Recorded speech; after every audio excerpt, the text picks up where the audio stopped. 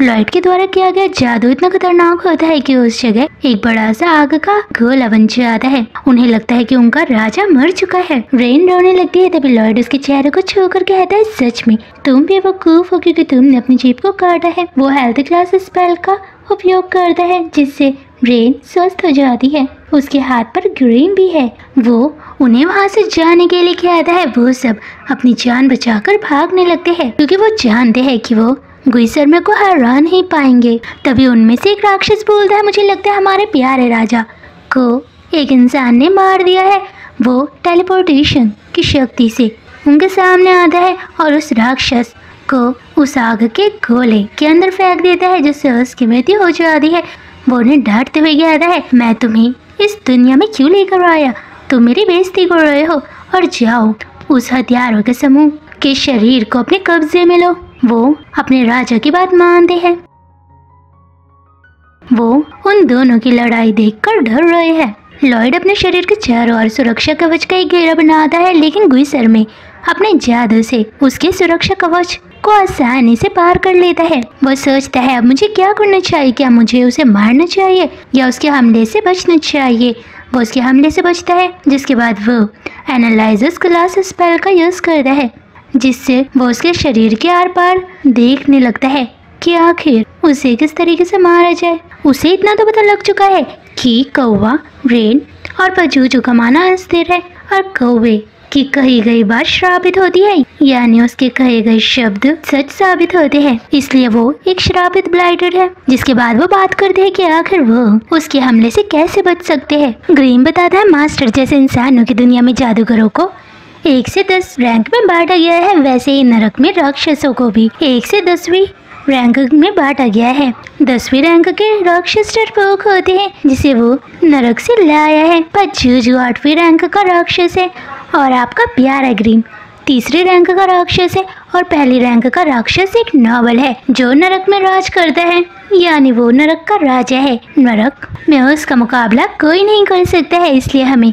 यहाँ से भागने की जरूरत है क्योंकि आप उसका मुकाबला नहीं कर पाओगे। वो उसके पास जाने लगता है। वो पूछता है, तुम कौन हो? वो कहता है, मैं सलाम देश का 7वां राजकुमार हूँ। वो कहता है, तुम जानते हो मैंने जेड के शरीर पर कब्जा किया हुआ है और अगर मैं याद करूँ तो जेड की यादों में वो तुमसे मिलना चाहता था। वो कहता है, मैं भी उससे मिलना चाहता था। वो उसे बताता है, मैं तो सिर्फ इस दुनिया में ब्लाइटेड इंसानों के शरीर पर कब्जा करने के लिए आया था और तुमने मेरे इस प्लान को खराब कर दिया है।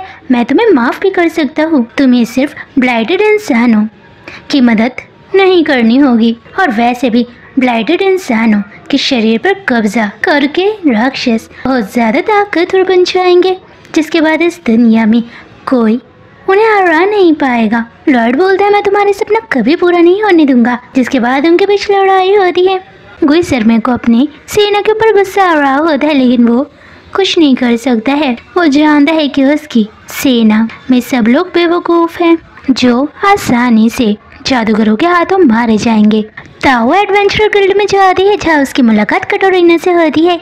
वो बोलती है, प्लीज कटोरीना, मुझे बताओ मैं खूबसूरत लड़कों से कहाँ मिल सकती हूँ? वो कहती है, मुझे तो लगता था तुम रॉबर्ट और राजकुमार अल्बर्ट की खूबसूरती की दीवाने हो। वो गुस्से में बोलती है, मुझे रॉबर्ट कहीं नहीं मिला और राजकुमार अल्बर्ट ने भी मुझे चाय पर नहीं बुलाया। कटोरीना कहती है, क्यों न तुम एडवेंचर गिल्ड के दिए गए अगले मिशन में जाओ जहाँ तुम्हारी मुलाकात खूबसूरत प्राणियों से होगी। वो बोलती है, मैं तो तुम्हें बहुत समय से जानती हूँ, तुम मेरी एक अच्छी दोस्त हो। प्लीज मुझे एक ऐसी जगह बताओ जहाँ मुझे खूबसूरत और मन को लुभाने वाले लड़के मिले। क्यों न तुम मुझे एक ऐसे मिशन में भेजो जो बिल्कुल लॉयड के मिशन की तरह हो। वो उसे शक की नजर से देखने लगती है क्योंकि वो खुद नहीं जानती कि उसे आखिर कौन सा मिशन चुनना है। ग्रीन कहता है, मास्टर, हमें यहाँ से भागने की जरूरत है क्योंकि गुइसर्मे एक खतरनाक राक्षस है जो हमें आसानी से हरा रहा है। वो अपने चारों ओर सुरक्षा कवच का घेरा बनाता है, लेकिन गुइसर्मे उस पर हमला करने लगता है। वो ये देखकर हैरान है कि उसके हमले से लॉयड का सुरक्षा कवच टूट रहा है।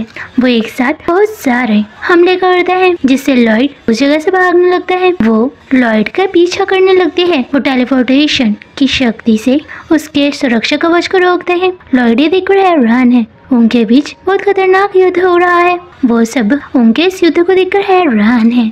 10वीं रैंक के राक्षस और हथियारों का समूह उनकी इस लड़ाई को देख रहे हैं। तभी उनकी नजर उन पर जो आती है वो उनकी ओर जाने लगती है। गलीली कहता है, बेबीलोन, जल्द से जल्द उस दरवाजे को खोलो। वो इस समय शहर से अंदर और बाहर जाने वाले गेट पर मौजूद है।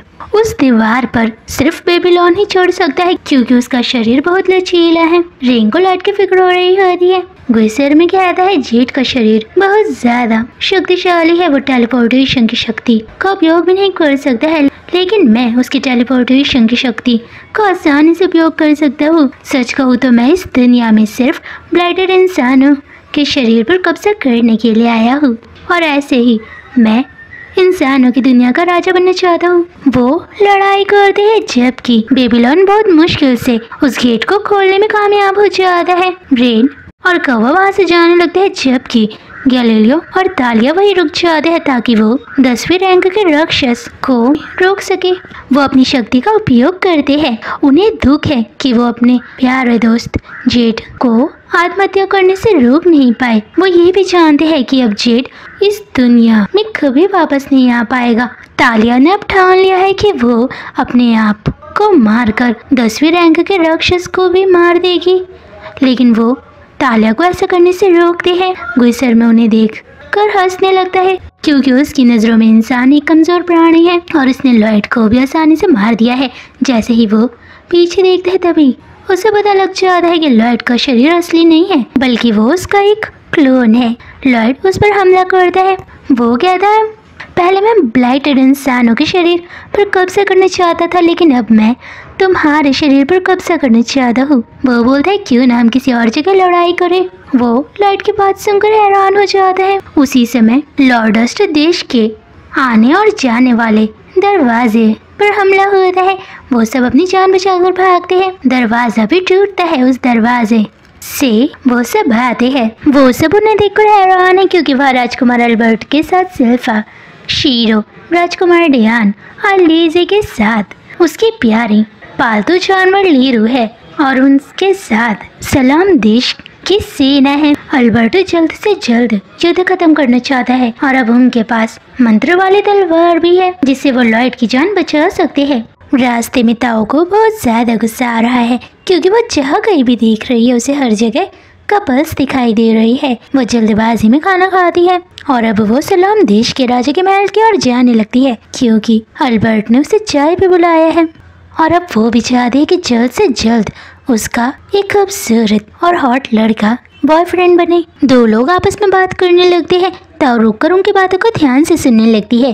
तभी उनमें से एक कहता है, राजकुमार अल्बर्ट अपनी सेना के साथ लॉर्डोस्ट देश की ओर जा रहे हैं क्योंकि राजकुमार लॉयड परेशानी में है। ये बात सुनकर ताओ लॉर्डोस्ट देश की ओर जाने लगती है क्योंकि उन दोनों का चेहरा रॉबर्ट के चेहरे से मिलता है और वो बिल्कुल नहीं चाहती कि उन दोनों की जान को कोई खतरा हो।